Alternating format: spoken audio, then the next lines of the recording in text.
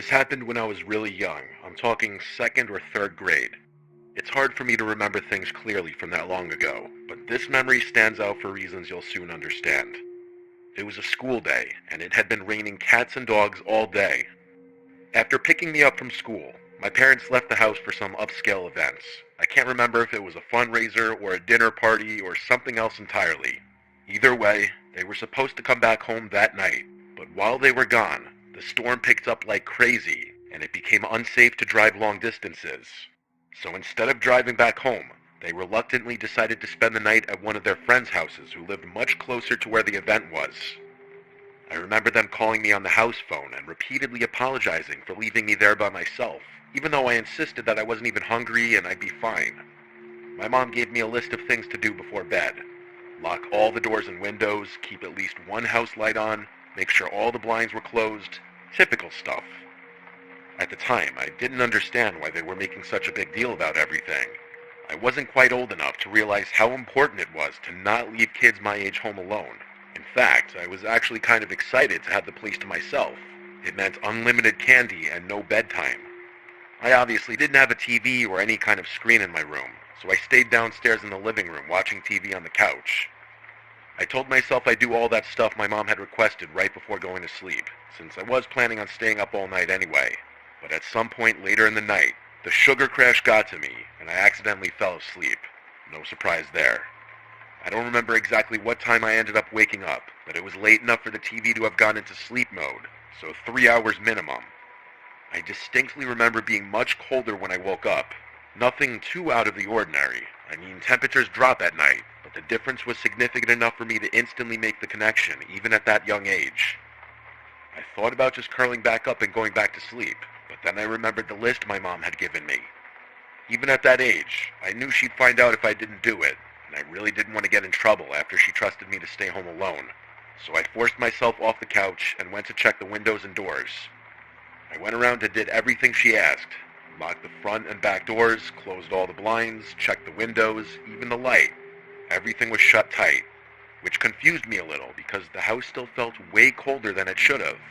I even put my hand against a couple of the windows to make sure they weren't cracked open or something, but they were all sealed. I figured maybe the storm knocked out the heater or something, and I didn't think much more about it. That explanation made sense to me at the time, and I was so tired that I couldn't devote more energy to thinking about the heat. So I headed upstairs to my room, ready to crawl into bed and forget about it. When I got to my room, I finally realized just how bad the storm had gotten. Our living room is tucked into the center of the house, so I hadn't really been able to appreciate the storm from down there. My childhood bedroom has a big external window, though, so I could hear everything. The rain was slamming against the glass like it was trying to get in, and every minute or so there was a burst of lightning, followed by a deafening clash of thunder. I wasn't scared of storms at that age, but I do remember being concerned that a tree was going to fall on the house. That's probably why I had trouble falling back asleep, even though I had been dead tired not even 20 minutes prior. As I was lying there, trying to fall asleep, I started picking up on these odd sounds. Every so often, there were these weird creaking sounds, like shifting wood. Thing is, the entire floor is carpeted, so it couldn't have been coming from my room. At first, I thought it was a tree swaying in the wind, but the sound didn't quite fit. Even then, I knew the general sounds associated with thunderstorms. This definitely wasn't one of them. It started bothering me after a while. For whatever reason, it wasn't the storm keeping me up. It was that stupid sound. I couldn't take it much longer, so I sat up and looked around the room, not really sure what I was looking for. I listened, trying to drown out the sounds of the storm and focus in on the creaking. Lightning flashed, illuminating the whole room. Everything looked normal, but my eyes were drawn to the only wooden thing in the room, the closet. The room went dark again, and I sat there perfectly still. About a minute later, lightning flashed again, and my room was once again lit up for just a split second. And in that split second, I saw something that made me choke. The closet door was slightly ajar. It had been closed before. I was 100% sure of it. Something had opened it. There was something in my room. I didn't scream. I didn't speak. I didn't even think. I just got out of bed as quietly as I could and walked out of the room. That walk from the bed to the door felt like a 500-mile, 5-year journey. I immediately went downstairs and hid under the dining room table. Then, and only then, I started crying. I didn't know what else to do. There was someone in my house, in my room, and my parents were too far away to help me. I'm not sure how long I stayed under that table, but at one point, I heard footsteps walking down the stairs. I held my breath, knowing that any sound I made could have ended my life. They weren't normal footsteps. It sounded like whatever it was jumping and pinballing down the stairs. The footsteps got closer. They were approaching the dining room table like they knew where I was hiding. I can't tell you how scared I was. I really thought I was going to die. And then, from under the table, I saw them. I couldn't see their upper body, but two bare feet walked into view. Two nasty, wet, and muddy legs that were tinted yellow.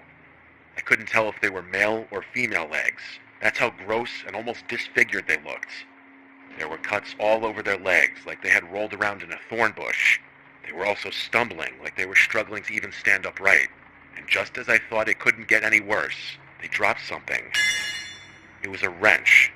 It clattered against the floor, and I'm telling you, it took every fiber in my being to fight back a scream. If that person bent down to pick the wrench up, they'd definitely see me.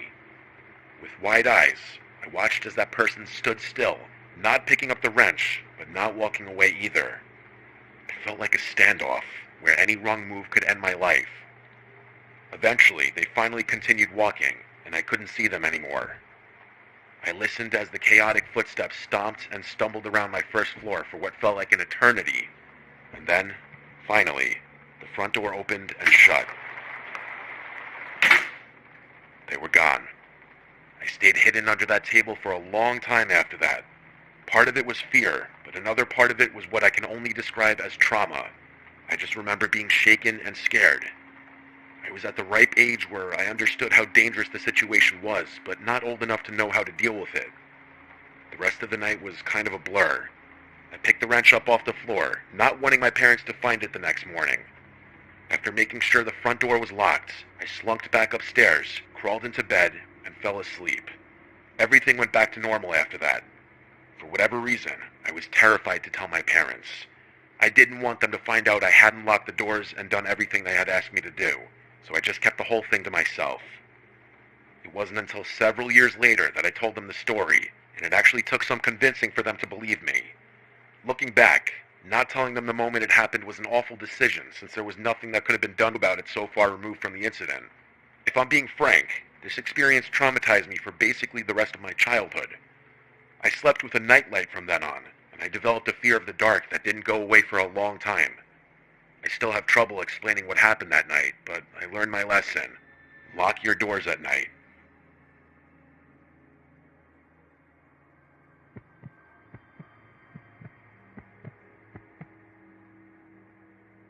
I'm an only child and live with my mom and dad in a decently sized home. It's a little big for just the three of us, but my parents' running joke is that it was never their intention to have only one kid. They just never got around to having more. Anyway, I was 15 when this happened. It was a rainy Saturday night sometime in May.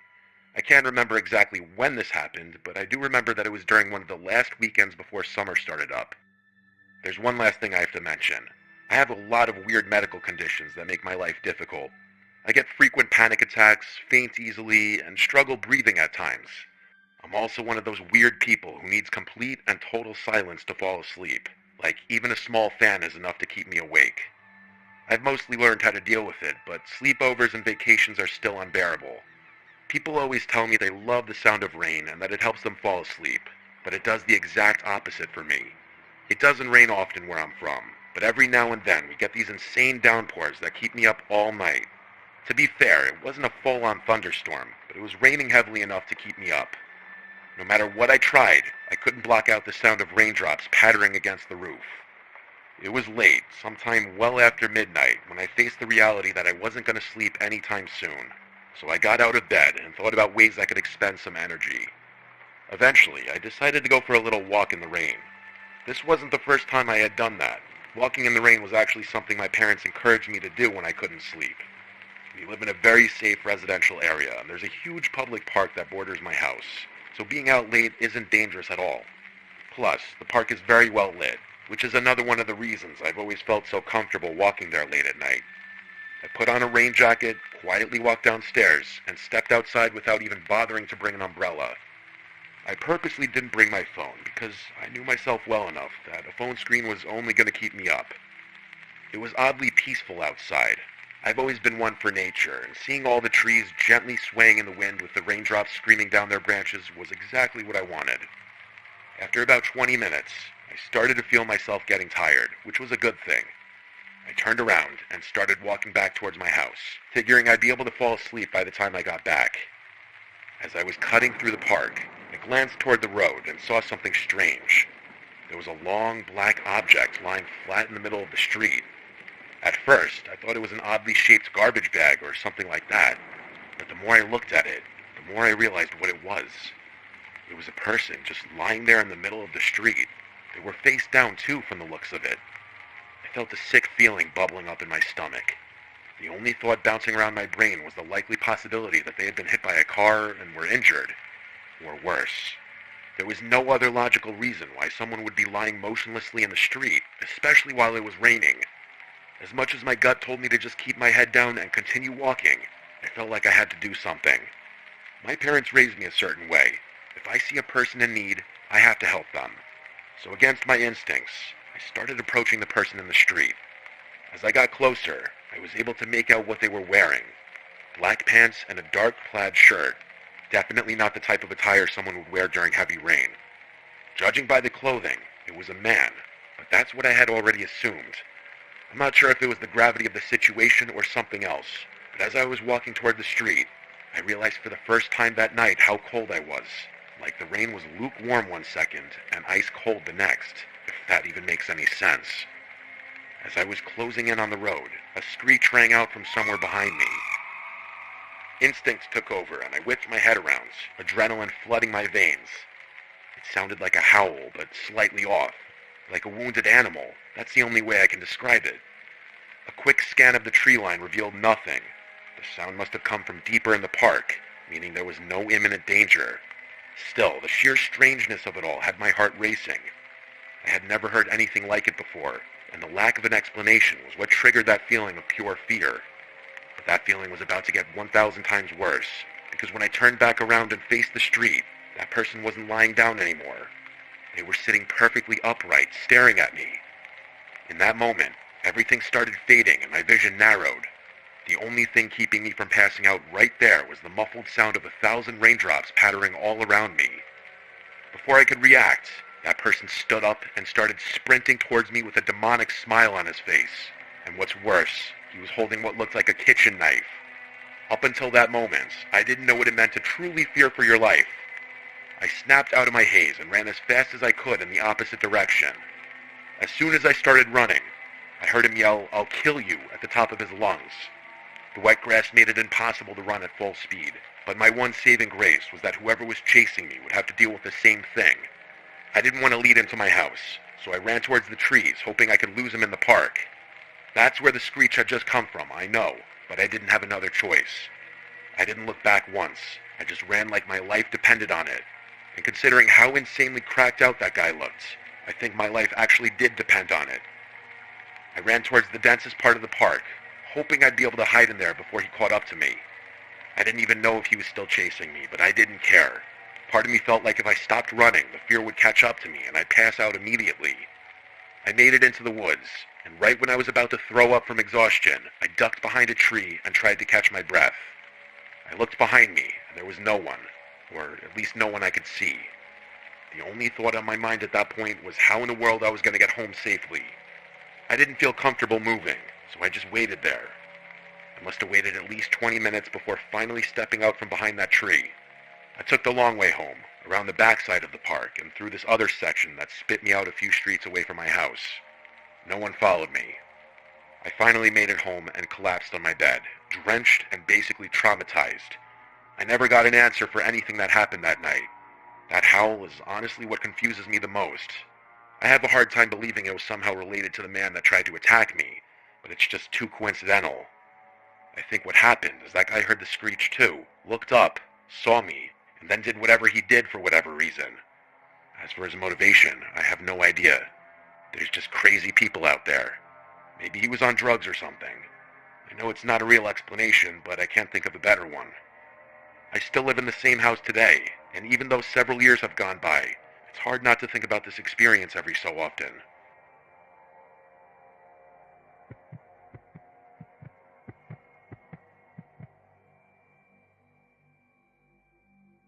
I'm 29 years old, and one of the only things that's ever really helped me clear my head is camping. Not campgrounds or national parks where there's other people around. I'm talking true middle of nowhere camping. I grew up in Northern California, and I've spent the better part of my adult life learning to find those remote little pockets where you can still feel like the only person left on Earth. This story took place a few months ago. I had just broken up with my ex, and let's just say I was going through it. I needed to be alone, so one day I just packed up my truck and headed out. I didn't have a specific plan. I just threw some gear together and decided to go back to a quiet riverside spot I'd stumbled across once before. It wasn't an official campsite or anything, just a little bend in the river you could reach if you followed this barely there dirt road past a whole lot of nothing. I got there sometime in the late afternoon, but the second I turned down the dirt path that led to the river, my stomach sank a little. There were already 2 trucks parked near the trailhead, one gray and one white. I couldn't see anyone around, but just knowing other people were out there kind of killed the vibe for me. I hadn't driven all this way out in the middle of nowhere to interact with people. I sat there for a second, debating whether I should just turn around and find another spot. But I told myself it was a big stretch of river, and chances were whoever owned those trucks were camped far enough away that I wouldn't even see them. I hiked maybe 15 minutes downriver when I saw 2 guys fishing up ahead. They looked like the type you'd expect to see fishing. Thick beards, a little overweight, heavy boots, but it seemed like they were more focused on something else. As I got closer, one of them quickly covered something with his jacket and gave me this awkward half smile. As I passed, he called out, saying something about how they were just target shooting cans and didn't mean to freak me out. I just gave a polite nod and kept walking without saying anything. As I kept walking, I couldn't help but replay the guy's comment in my head. It wasn't even what he said that bothered me. It was how rushed and awkward it came out, like he was trying too hard to sound casual. I got that uneasy feeling you get when something doesn't quite add up, but I pushed it down. People out there weren't exactly known for their social skills. It wasn't that weird for rural folks to be a little off when it came to talking to strangers. I told myself to let it go and focus on finding a good spot to set up camp. I found a spot a little further down the bend where the trees were thicker and the trail dipped out of sight. It wasn't perfect, but it was tucked away enough that I felt like I had my own space. I set up camp, pulled out a book, and tried to settle in. It started raining lightly not long after, so I threw on my rain jacket and kept at it, letting the sound of the river and the soft drizzle drown everything else out. Later, I wandered down to the rocks by the river's edge to reflect a little bit. That's when I noticed someone across the water. It was one of the guys from earlier, the one who had called out to me, only this time he was alone. He spotted me and waved. I hesitated, then waved back, figuring it was better to be friendly. He yelled across, asking for my name. I don't know why, but I shouted back my real name, Anisha, without really thinking about it. He stood there for a second after I answered, then pulled something out of his jacket. At first, I thought it was a phone, but then I realized it looked more like a disposable camera. Before I could even process it, he held it up and took a picture of me from across the river. And then, without another word, he just turned and started walking back up the riverbank like nothing had happened. I was beyond creeped out.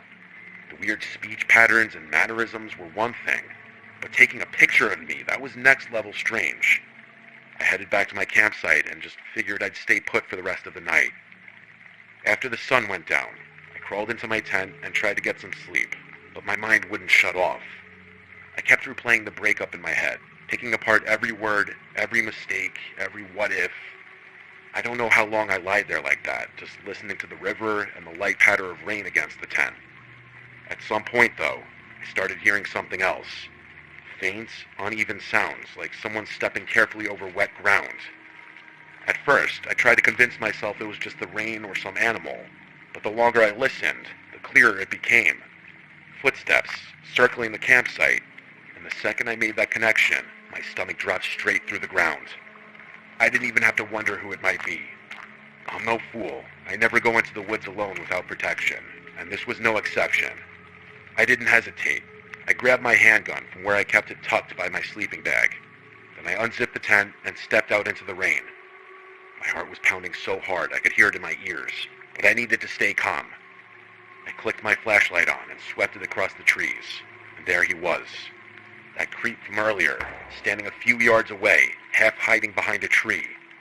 He wasn't smiling or scowling, he just had this blank expression on his face like he wasn't all there mentally. The scariest part wasn't his demeanor though, but the fact that he was holding a small axe in his left hand. For a second, I couldn't move. All I could think about was how far I was from anyone, how nobody would even hear me scream if it came to that. But somehow, I managed to raise the gun and level it at him. I forced my voice to stay calm, even though every part of me was screaming. As sternly as I could, I said, "Leave now or I'll kill you." His facial expression didn't change at all. It was like my words meant nothing to him. After a few seconds of silence, he mumbled something about how his friend Ivan had discouraged him from coming to find me, and that he had to take care of Ivan. I didn't wait for him to say anything else. I fired a shot straight into the trees above his head. He stumbled a bit, clearly not expecting me to do that. I leveled the gun at him again, a little more confident now. I told him it was his last chance and to drop the axe. He did, and a huge wave of relief washed over me. But I wasn't out of the woods yet. I told him to take his shoes off so that he'd have trouble following me, and then made sure he didn't have any other weapons on his person. Once I was sure he wasn't armed, I told him to go to my tent and grab my gear. I watched him like a hawk as he fumbled with my stuff, forcing him to toss it all out into the open where I could see it. I packed the essentials as fast as I could, never letting him out of my sight. I jammed the axe into my backpack and made sure I wasn't forgetting anything. I'd have to leave the tent behind, but that was a small price to pay for staying alive. I then grabbed his shoes and threw them as far as I could into the darkness, and I told him to walk in the opposite direction. I kept the light on him the whole time, and the moment he walked far enough out of sight, I turned and started hiking back up the river as fast as I could. That was the scariest part of the whole encounter, stumbling through the pitch-black forest in the rain with a potential murderer behind me. I wasn't sure if he was following me, but I didn't care. I just kept going, trying to use the flashlight as minimally as possible. Both pickup trucks were still in the pullout when I finally made it back to my car. I didn't stop though. I threw everything in and sped out of there. When I got cell service back, I called the police and reported the whole incident, describing my location as best as I could. A few months have passed since then, and I'm not sure if anything ever came of it, but I'm not going out of my way to find out. What still scares me most about the whole thing is that comment he made about his friend Ivan, that he, quote-unquote, took care of him. I really don't want to think about what that means, but there's only so many explanations. I'm just glad I was armed. I could have easily lost my life that night if I hadn't been.